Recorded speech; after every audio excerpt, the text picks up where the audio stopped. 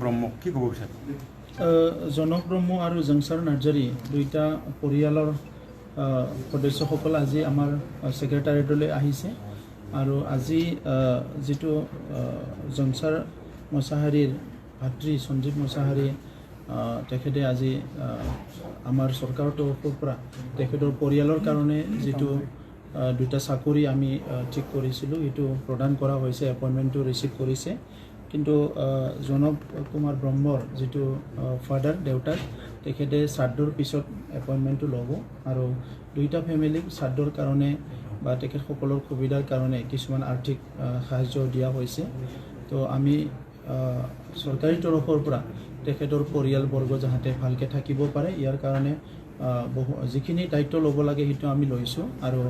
তেখেতসকলৰ পৰিয়ালে নহয়, আজি আমাৰ তেনেকুৱা বহুত পৰিয়াল আছে যিসকলে বিভিন্ন সময়ত বিভিন্ন চিটুৱেশ্যনৰ ভিক্টিম হৈছে, সেইসকলক আমি ৰিহেবিলেট কৰা বা তেনেকুৱা কাৰ্যসূচীবিলাক চলি আছে আৰু সেইকাৰণে তেখেতসকলকো আমি তাৎক্ষণিকভাৱে এই ব্যৱস্থাটো কৰিছোঁ। তেখেতসকলৰ শ্ৰাদ্ধৰ কাৰণেও আমি সহায় কৰিবলৈ ইতিমধ্যে কথা পাতিছোঁ আৰু এতিয়া আমি বিচাৰিছোঁ যে বড়োলেণ্ডত স্থায়ী শান্তি থাকিব লাগে। 2020 চনত চুক্তি হোৱাৰ পিছত কেইবা মাহ ধৰি প্ৰায় এবছৰ ইয়াত কোনো তেনেকুৱা ধৰণৰ ঘটনা হোৱা নাছিলে। কিন্তু NLFBৰ যেতিয়া আৰম্ভ হ'ল তেতিয়া মানে তাত এটা মানুহ সংঘৰ্ষত এজন ল'ৰা ঢুকালে। এই ULB যেতিয়া আৰম্ভ হ'ল আকৌ দুজন ল'ৰা ইয়াতে প্ৰাণ হেৰুৱালে। এই চিটুৱেশ্যনবিলাক আমাৰ ফালৰ পৰা চিৰদিন নাইকিয়া কৰাৰ কাৰণে আমি কিছু কাম কৰিব লাগিব আৰু বড়ো সমাজখন আগুৱাই যাব লাগিলে আমি 100% পিচটো আহিব লাগিব আৰু আৰ্মছ ফ্ৰী হ'ব লাগিব। তো সেইকাৰণে আমি ক'ব বিচাৰিছোঁ যে যিটো ULB নাম লৈ কেইজনমান ল'ৰা পুনৰ জংঘললৈ যাব বিচাৰিছে বা তেনেকুৱা ভাবুকিবিলাক দিয়া আছে, তেখেতসকলে এই ভাবুকিৰ দ্বাৰা আমাৰ জাতিৰ একো লাভ কৰিব নোৱাৰে, বৰঞ্চ নিজৰ লছ কৰাৰ লগতে জাতিটোৰো লছ কৰিব সেইটো নিশ্চিত। কাৰণ যোৱা 30-40টা বছৰ আমি তেনেকুৱা সংগ্ৰাম দেখিছোঁ, যিখিনি পাইছোঁ ইমান সমানে আমি হেৰাইছোঁ। তো সেইকাৰণে পুনৰ ৰক্তাক্ত হওক আমি এইটো বিচৰা নাই। প্ৰধানমন্ত্ৰী ডাঙৰীয়া আহি পেলাই আমাৰ উন্নয়ন আমাৰ বিভিন্ন দিশত আগুৱাই লৈ যোৱাৰ কাৰণে বিভিন্ন কথা আমাৰ আগত কৈ গৈছে। গৃহমন্ত্ৰী ডাঙৰীয়া এতিয়া বড়োলেণ্ড অঞ্চলটো নিজৰে অঞ্চল হিচাপে নিজৰ এটা দায়িত্ব আছে হিচাপে সদায় মনিটৰ কৰি থাকে বড়োলেণ্ড BTR একৰ্ড ইমপ্লিমেণ্ট হোৱাটো লৈ পেলাই। মুখ্যমন্ত্ৰী ডাঙৰীয়াই কেছ উইথড্ৰ কৰাৰ পৰা আদি কৰি যিবিলাক NDFB ৰিলেটেড সমস্যাবিলাক সমাধান কৰাৰ কাৰণে তেখেতে নিজে দায়িত্ব লৈছে। ৰিহেবিলিটেশ্যনৰ কাৰণে 4,300 ইতিমধ্যে ইউথৰ কাৰণে তেখেতে ফাণ্ড চেংচন কৰিছে। আৰ্মি পুলিচৰ ৰিক্ৰুইটমেণ্ট ইতিমধ্যে আৰম্ভ হ'বলৈ গৈ আছে, ট্ৰেইনিং চলি আছে। ইয়াৰ বাহিৰে ইভেন ৰঞ্জন দৈমাৰী ডাঙৰীয়াক মানে মুকলি কৰিব পাৰে নেকি বা NIAত যিখিনি আছে তেখেতসকলক মুকলি কৰিব পৰা যায় নেকি, ইয়াৰ যিখিনি আইনগত ব্যৱস্থা ইয়াৰ ওপৰতো তেখেতে চিন্তা চৰ্চা কৰি আছে। তো এনেকুৱা সময়ত যেনেকৈ যুৱকসকলে আজি হকে বিহকে যিবিলাক ইৰেছপনচিবল কথাবিলাক কৈ আছে সেইটো আমাৰ সমাজৰ কাৰণে খুব ক্ষতিকাৰক। সেইকাৰণে মই ULB আৰু বাকীখিনিক মই কৈছোঁ কি এনেকুৱা আৰু আৰ্মছ লোৱা তেনেকুৱা কোনো পৰিৱেশ ইয়াত ৰাখিব নালাগে, তেখেতসকলে এইটো কাম কৰিব নালাগে।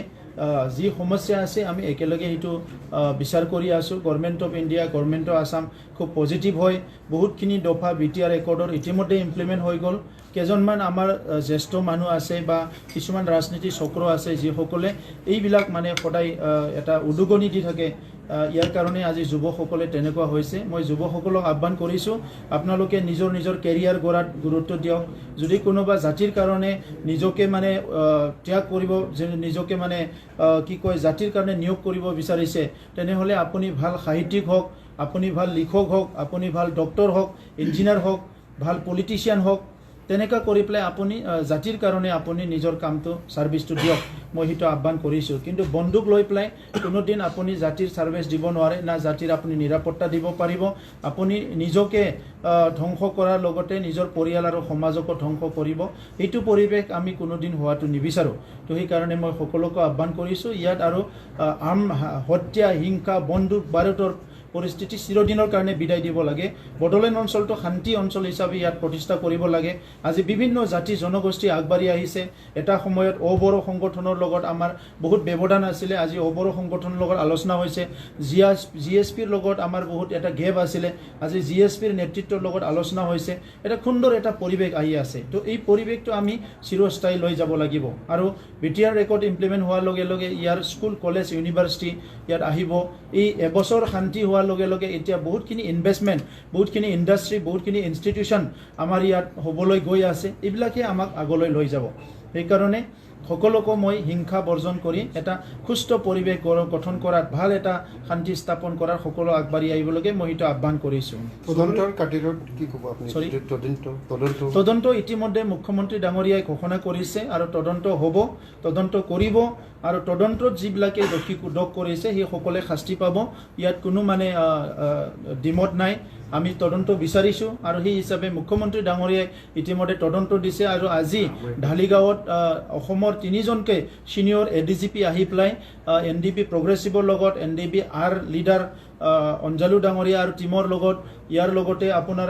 এছ গ্ৰুপৰ প্ৰাক্তন লিডাৰসকলৰ লগত এটা ভাল আলোচনা হৈছে আৰু অনাগত দিনত এই অঞ্চলটো কেনেকৈ পিচফুল ৰাখিব পৰা যায় সেইটো চবেই আজি বিচাৰিছে বড়োলেণ্ড অঞ্চলৰ পৰা ইতিমধ্যে আৰ্মিবিলাক গুচোৱা হৈছে চিআৰপিবিলাক লাহে লাহে গুচোৱা হৈছে ইয়াত স্থায়ী শান্তি স্থাপন কৰাৰ কাৰণে বিভিন্ন কাম কাজ মুখ্যমন্ত্ৰী ডাঙৰীয়াই হাতত লৈছে আৰু হাজাৰ হাজাৰ যুৱকক আজি ডিফেন্সত ৰিক্ৰুটমেণ্ট দিয়াৰ কাৰণে বহুতখিনি কাম কৰিছে তো এনেকুৱা সময়ত আমাৰ যুৱকসকলে আজি ফেচবুকত যিবিলাক কথা কৈ আছে নেগেটিভ যিবিলাক চৰ্চা কৰি আছে সেইটো মই বন্ধ কৰিবলৈ আহ্বান কৰিছোঁ কাৰণ এই ফেচবুকৰ ডিছকাশ্যন দি না আপুনি নিজৰ কেৰিয়াৰ গঢ়িব পাৰিব না ফেচবুকত আপুনি কথা লিখি পেলাই না জাতি উদ্ধাৰ কৰিব পাৰিব যদি তেনেকৈ যদি কৰিব পাৰে আজি নাগালেণ্ডে অস্ত্ৰ নধৰি পেলাই নাগাসকলে আজি